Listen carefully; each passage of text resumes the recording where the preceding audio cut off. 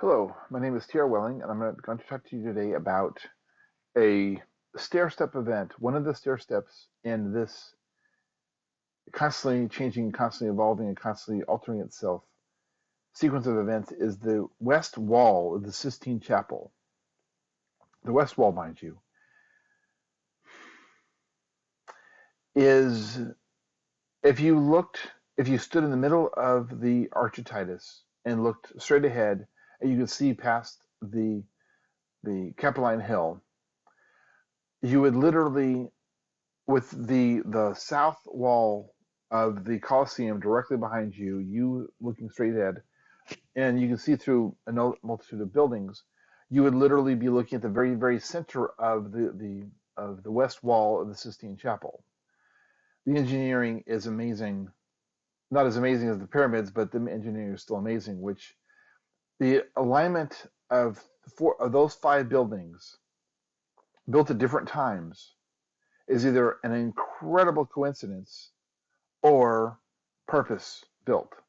And because the materials from the Colosseum used to be King Solomon's temple, the materials were Mark chapter 13 of the Synoptic Gospels. He ordered his people he directed them to disassemble the King Solomon's temple, move it here to Rome, assemble it over there, and and and and preach. But know that every few generations, the enemy's going to come hunting, going to come looking, going to come being nasty. As the enemy does that, every every time you have enough followers built up, you need to send them out to distant areas and build another city of pillars. But you need to do it based off of the mathematics of Shin. One third, two thirds. This is one third. This is two thirds. One third, two thirds. With come from start from here and then measure out and then put cities of pillars here and city of pillar here. And then from here, this becomes that. And you put a city of pillars here, here, and here. And you just use that Shin as a measurement point forwards, so that so that the later generations can then retrace the steps back to Herculopolis. Now, and Jesus was big about this kind of thing. Now, the West Wall, these theories and hypothesis is correct, the Sistine Chapel is Mason is building material remnants from King Solomon's temple that was built that was brought assembled into a couple of temples. Those temples were destroyed by Nero. He then used the same material to build his Dromos Aurea, which was then partially destroyed, and then the same materials were used to make the Colosseum. So the Colosseum is actually the what remains of the Temple of Solomon that Freemasons are draw all inspiration from the events in the ceremony that created that specific building. Well, that building was moved to Rome and built into the Colosseum. The south wall was then dismantled it's over time up to about 1240, 1250. It was then moved to the Vatican and then Vatican land, and then the Sistine Chapel was built started about 1440, ended in the late 1460s, early 1470s. And there Leonardo da Vinci was directly involved with several aspects of that construction. He was also directly involved with researching the collection of buildings that Gene Roddenberry would turn into the NCC 1701 Enterprise of the future on his show Star Trek, with Spock and Captain Kirk and the crew. Gene Roddenberry did some interesting things. He found information and then turned it into a highly fictional form that what American audiences could understand and deal with. But it was all but the story, at least the 5-6 movies that followed 10 years after the show was canceled, the 2 seasons of the show was canceled, and years later they able to recreate the movie, recreate and create a sequence of 5 movies which tell the story of the Gospels. A different story. These stories, this sequence of Gospels is not based off of the other Gospels. This one is based on is telling the story of the City of Pillars, and the City of Pillars, Shin, the enemy's going to come and destroy, so you need to go build new ones. Now, part of that infrastructure of stories is included in the Sistine Chapel, specifically the West Wall. Now, metaphorically speaking, if you were standing on the west side of the Arch of Titus, you walk through the Arch of Titus.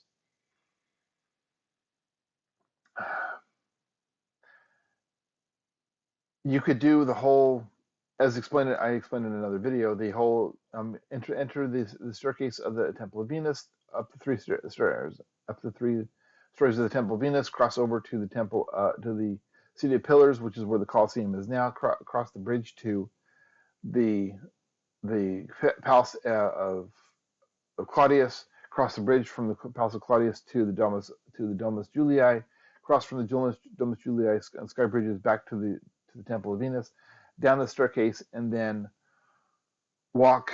Now that whole journey is the journey of a Freemason. Now this is where things get a little weird, okay? But all art and scientific evidence based, because I'm talking about buildings and when they were constructed, who constructed them. Those buildings I just mentioned were either built by Emperor Claudius or were built by the Julii family, and Claudius was a member of the Julii family. He was also emperor after Titus, Caligula. He was emperor after Caligula, who replaced Titus. Tiberius, excuse me. Tiberius. He replaced Tiberius, not Titus. Titus would be after Vespasian. And after Domitian. Vespasian, Domitian, Titus. That's the emperors that took over after Nero was executed. And then whatever happened to Claudius, that's interesting stuff. But you do that journey, do the walks of Freemasonry, and then you're heading east from the staircase. You exit the staircase that you entered when you came this way. Now you're going that way through the Arch of Titus, west. Now you go through the Arch of Titus west, and that is the story of Hypermachia. I don't know how to pronounce it. There's no C there, so Machia. And Philo. There's a Hypermachia, Philo. That book, published by Anonymous in 1499, has you do that. You exit the staircase from Dante's Inferno. You exit the staircase after going up into the Temple of Venus, bridge over to the City of Pillars, bridge over to the Palace of Claudius, bridge over to the Domus Julii, bridge back to the Temple of Venus, down the staircase from the staircase that you entered to be able to do that journey, and then you're heading toward the Arch of Titus. Well, that Arch of Titus, the story is created in that Hypermachia Philo. The story is, if you went to the Arch of Titus, and then once you passed the event horizon, you were transported into dreamland, which is the dreamland would then be the Forum, and then around over the Capitoline Hill, across the descriptions and the graphics represent this journey. Just no one's made the connection before now, at least not overtly made this connection. This connection has not been made yet, except by me. Now you cross over the plain of Mars and the city of Pillars that's located there, and of course the wetland, swamp, um, lake, what have you, tributary, whatever you want to call it, which is the definition of the word Viking. A raised platform in a shallow-ish area. That's that is where cities of pillars were built, is in small inlets, shallow areas where they could they can have water below them, but they could drive pillars into the water to hit bedrock and then build buildings on top of that in a grid structure so that they can then boardwalk between each of the buildings. Now, continuing on, the you can go across the field of Mars to the Vatican, and then pretend like the walls of the Vatican, the north walls of the Vatican are up there. You pass through the walls to the area between the Vatican, the St. Peter's Square, and the Sistine Chapel. You pass through the south wall of the Sistine Chapel, and you're heading directly for the very center, the very middle of the Sistine Chapel's west wall. You just took a straight line from the south wall of the Colosseum through the Archititus across the Forum, up and over between the Temple of Juno and the Temple of Jupiter. Cross over through reverse the anatomy of Janus, the figurine of Janus, which has a large, out of proportion body, a biological body, and across the river to the Vatican land, into the St. Peter's Square, then across over through, and then you're looking at the west wall of the Sistine Chapel.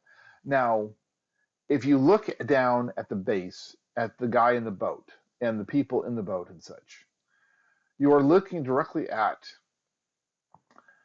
a possibility of a strong statistical possibility that is that the structure of the boat and the hill and the mine and the hill to the right and the other hill to the farther left, that looks remarkably like, as in it matches the contours of the eastern portion of the Forum, with the Temple of Venus in the future being built over where the mine is, in the painting, in the fresco. The waterway is where the boat is. The Vilia Hill is where the mine is. The Esquiline Hill is to the left, and the Palatine Hill is to the right. Well, if you match the geometry and the geology, it matches uncomfortably close. Now, that being said, then that would be Odysseus in his boat battling assorted creatures. Now, Odysseus in his boat battling assorted creatures would then battle them and come off the battle, and battle and come off, and battle, battle, retreat, regroup, battle, regroup. Anyway, so you have this functionality. Now, if you're doing that, so if you walk toward the west wall of the Sistine Chapel at, say, 1490, you walk there, well, no, more like about 1512. You did 1512, 1514, 15, somewhere in there. You could do this for 1411, 1410. You could walk in the Sistine Chapel toward the west wall, and the fresco was created by then, not by much, but it was finished by 1508, 1509, somewhere in there. Walk there, and you walk into the painting as if you're walking back in time. Well, as you walk toward that painting, and you walk through the event horizon of that painting, You're transported back, and you're standing in the Archititus with the with all this stuff there. You're standing approximately where the Archititus is now, looking at at the pit of hell, the Colosseum. Now, the documentation, the artwork, the geometry, the geology, the painting and the fresco of the west wall, all line up. Now, I found this information after I found the information I'm about to tell you. Information I'm about to tell you is that you see all of the circles where people's skulls should be or are. Well, all those circles are fixed points to measure to and from. Well, we've all been through um, kindergarten and or the like, so we know that sometimes our teachers gave us paper, sheet paper to, okay, connect the dots, and you connect the dots and you make the character A. Connect the dots, you make the character B, or whatever language you want to choose from. You connect the dots and you start making characters. Well, with this, if you connect the dots of the skulls, the characters you're making is Hebrew. You're making the entire Hebrew alphabet is here represented in the skulls, drawing, connecting all the dots, connecting the skulls dot by dot. You're making Hebrew characters, multitude of them. There's also repeat characters present, which means that if there are repeat characters present, that means that it says the west wall of the Sistine Chapel literally has words written into it through the skulls, through the coding in Hebrew. Translating that would be highly interesting to do. Translating that and also tracking down that whole, yea, though I walk through the valley of the shadow of death, which would be the road leading to the Colosseum, metaphorically speaking. It could be that's what was being meant.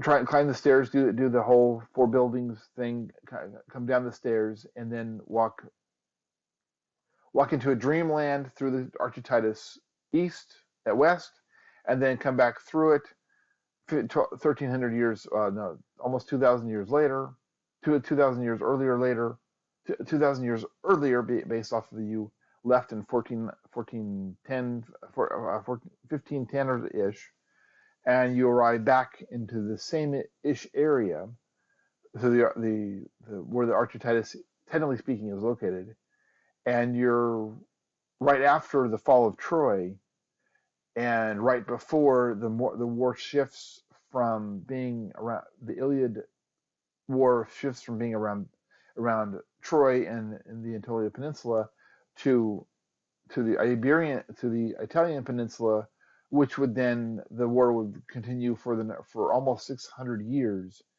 until Romulus and Remus changed the battle plan. They changed the battle plan to instead of just attacking and being defeated by the impenetrable walls of the city of Samhain, spelled Samhain, which in Manx sounds pronunciation wise Saben, Saven. The Saben Hills is a takeoff of Rome, takeoff of the Egyptian pyramids. The 7 areas of Rome and the 7 hills of Rome are metaphorically similar, based off the fact that the schema of Rome, the way people operated their lives in Rome was based off the Memento Mori ceremony, which is based off of the deity of Janus, and Janus is what the pyramids were built to reflect. The spinal cords and the nervous system of Janus, of the two-headed deity, Roman deity of Janus, east face, west face. That deity is the pyramids. So Rome and Egypt have a multitude of connections that go back to the earliest days that people were in and around either the areas of the Nile River or the Tiberius Tiber River. They've gone back and forth with connections and wars 6,000 to 7,000 years, if not more. The interesting thing to pay attention to is that just because you're told something by an authority figure does not actually make it true. It just means that that authority figure is basing his or her power base off of that information being correct. So there's there's some kind of a interesting aspect to some aspects of the work of Leonardo da Vinci. Leonardo da Vinci was living in the Vatican under house arrest when the west wall of the Sistine Chapel was being painted. He was not allowed to take credit for anything, even though he was the person in all of Italy who knew the most about biology because he had invented the class gross anatomy. He invented it. In fact, for the next 400 years, his textbook, published under the name Gray, Dr. Gray of more than a century later, would publish Leo's work, Leo's textbook, and sign his own name to it because Leo was still not acceptable at the time because he was, one, a bastard, and two, he was Jewish, so therefore he was not allowed to do anything. So Dr. Gray published Leo's textbook under his own name, and Leo's work then ushered in modern medicine, and he's not credited for it. Thank you very much for the Medici family to pay for that all, but I think they have enough credit since that they're the ones who named medicine. Just take Medici and add Tisane to it. So you have Leo's present during the construction of the Sistine Chapel. He's present during the painting of the fresco, and he studied engineering, and he was excessively familiar with genus as well as the buildings of the eastern side of the Forum, specifically the buildings of the journey that was discussed before. Now, the time frame of the storyline is very interesting because, okay, are you done with the journey of the buildings, and now you're walking back to where you came from, and then you do the dreams, the double dream sequence and scenario, and then arrive in ancient Troy at 1300 BC. Now the biggest question is, how do you get from 1300s, 1500 BC back to the 1400s? That is a very interesting question that has no answer at this point, but it's a very interesting question. There's all kinds of evidence within these aspects of what I'm writing, what I'm working on. They're all individual pieces of the puzzle of a much larger puzzle that I'm working to figure out. Thank you very much for watching. Please subscribe to my channel and like this video.